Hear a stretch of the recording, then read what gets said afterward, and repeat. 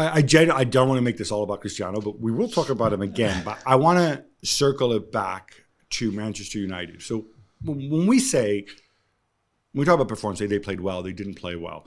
Let's try to explain to people what worked in this game, what they did effectively. Yeah. Now, it was a bit different from when we've seen them play before because, well, we said Shaw was in at left back, which different player from Malacia. I don't think he has the athleticism Malacia has.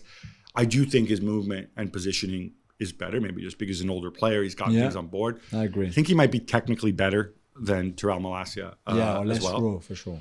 And then you had two holding midfielders in Fred and Casemiro.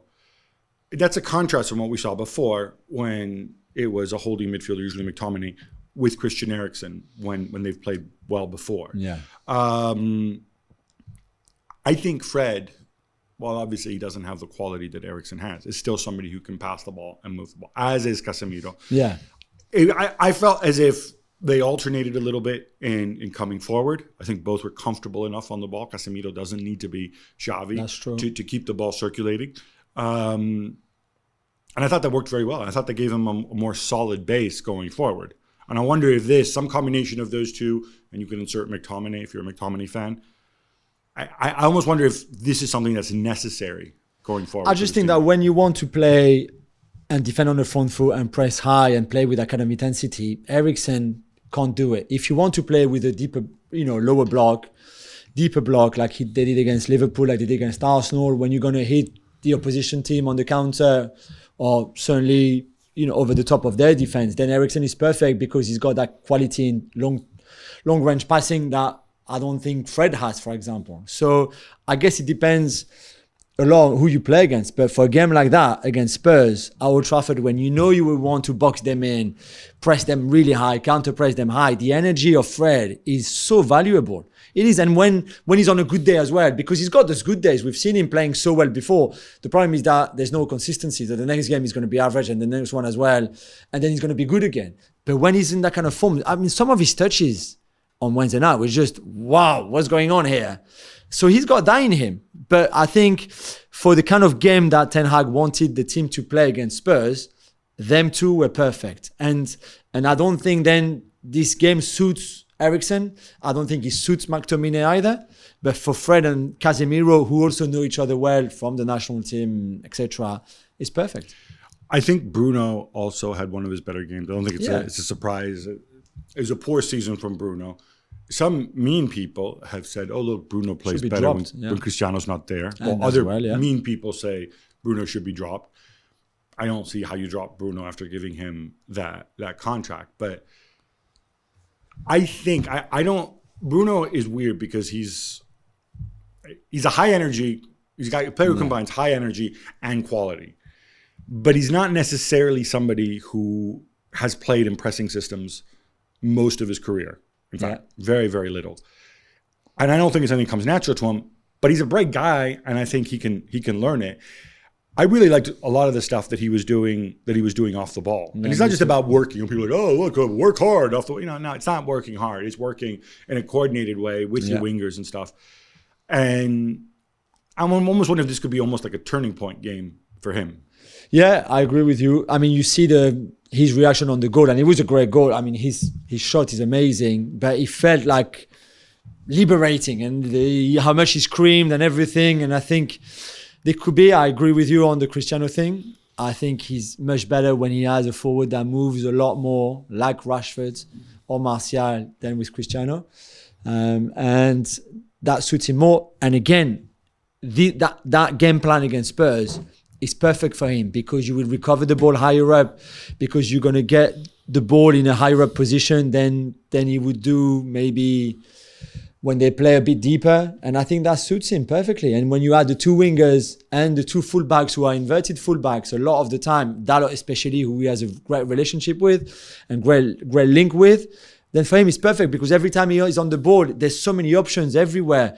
They play vertical far more against Spurs than I think they ever did this season so far, even against Newcastle a few days before. This was just perfect. But I think we still need to remind everyone that they also played like that because Spurs invited them to play like that. Okay, so that's a natural transition to Spurs that you offer me. Perfect. So at the weekend, we saw Spurs switch to a 3-5-2 when Richarlison came off, Bissouma came on. They looked phenomenal in that 3-5-2 setup. Yeah.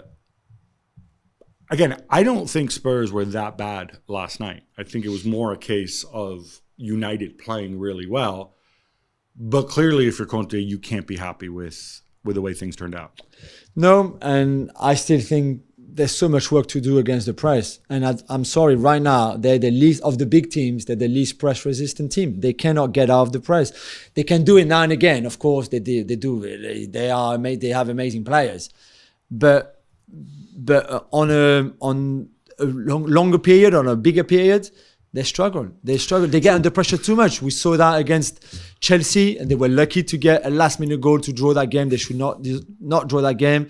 We saw that at Arsenal, where they struggled against the press completely, could not get out. And we saw that again against United. Is that about the type of centre-backs that they had, or centre-backs playing in this game? Because, Ben Davies, Eric Dyer, and Romero, none of these guys are Van Dijks, or Thiago Silva's, right? So I don't think any of them are terrible on the ball. I know we make fun of Dyer a lot. But Dyer that's to do with the way he looks and the way, it's really unfair. It sounds incredibly petty of us, but that's the reality. Yeah. But Dyer is not a bad player on the ball. He's a guy who makes mistakes occasionally, like everybody does.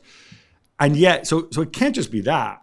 Is it Bentancur and Højbjerg maybe? Are they the problem more than the center backs? Yeah, I think they are. Because I think Bissouma is really good against the press, and he just cannot do it all on his own. But the issue I have more is whether they don't work enough on it at training, which I think is the case.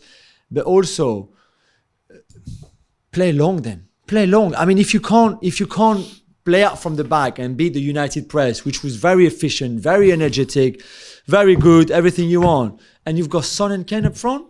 So I think they fullback and wingback. Sorry, they did play long a little bit last night, but more efficiently. I mean, more efficiently, because that was the thing against Arsenal too, right? Where Arsenal outplayed them when they did go long. The problem is when you go long and you're on the counter, you have to essentially move the ball quickly.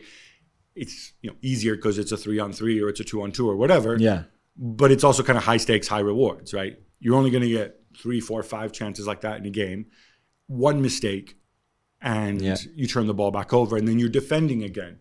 Last night, I thought Kane and especially Son were not sharp at all. No, I agree with you. And to be fair, you mentioned the Kane chance earlier. Is the one that was flagged up offside, and the referee let the game go. If he'd given the offside, they would have that chance would have been choked off. The XG of that chance, which was quite high, would have been choked off. And their stats right now will look far worse than they do now, just because the referee saw the flag, but because United had the ball and they didn't score, he let the game flow. So I've been worried before, and we've said they did really well in terms of points and results, but not playing well. I think that was a reminder again, like we saw against Chelsea and like we saw against Arsenal. And I know they're all away matches, so they will host all those teams back at the Tottenham Stadium, and that might be different. But I worry against the press, and we saw it a little bit against Frankfurt, certainly in the first game, and to be fair, against Sporting. And I just don't know if Kane is not on a good day. Son, I think, struggles of the presence of Perisic. And if you look at a lot of the games where they both started, Son had been below average, because I do think that Perisic takes a lot of the position that Son would take normally with a less attacking wing back. And if Kane is not there, I mean, there's nothing happening. Yeah, I still think there is some more coordination and tweaking to be done at the front. And I think it is very different playing with a front three and a front two. And they became accustomed to Richarlison. They became accustomed to Kulusevski. Yeah. They're going to have to, I think, become accustomed to this, because even when Kulusevski returns, or even if Lucas Moura becomes part of the rotation, these are all different players. Yeah. One thing Conte, I don't know if Conte said this or it's been attributed to him, and the usual leaks that come out, is that, as you know, Conte is very, very big on fitness and preparation. Yeah. And one of the things that is out there, and it doesn't fully make sense to me because you've got the World Cup in the middle, is that his sort of physical approach is not to maintain a constant level all year, but kind of to go up and then to come down and so on. And the thinking is they're building up to be in sort of top physical approach come January, February. Okay. What I follow about this is I can see the logic behind it, and I can see, from a fitness coach perspective, we've all spoken to fitness coaches and stuff, sports science.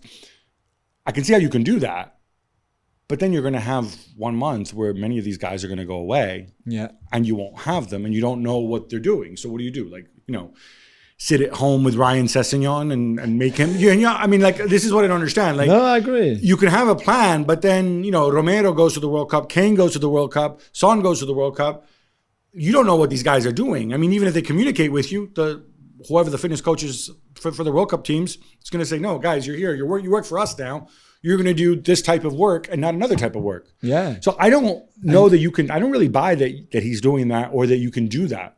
No, I think you're right. Maybe the fitness is an issue here. I think of all the teams, they might be the ones with certainly the most high profile going to the World Cup, maybe even the most numbers, because if you look at it, from Lloris to Dyer to Davis to Perisic to Emerson Royal maybe, to Romero to Bentancur, okay, not Bissouma, but Højbjerg, and then you go Son, you go Ken, you go Richarlison, all the starting 11, bar one maybe, is going to the World Cup. Whereas Salah, Haaland, maybe not even Gabriel Jesus, Odegaard, those kind of guys, we'll go on holidays to the Maldives. So I think fitness-wise, they have to be careful.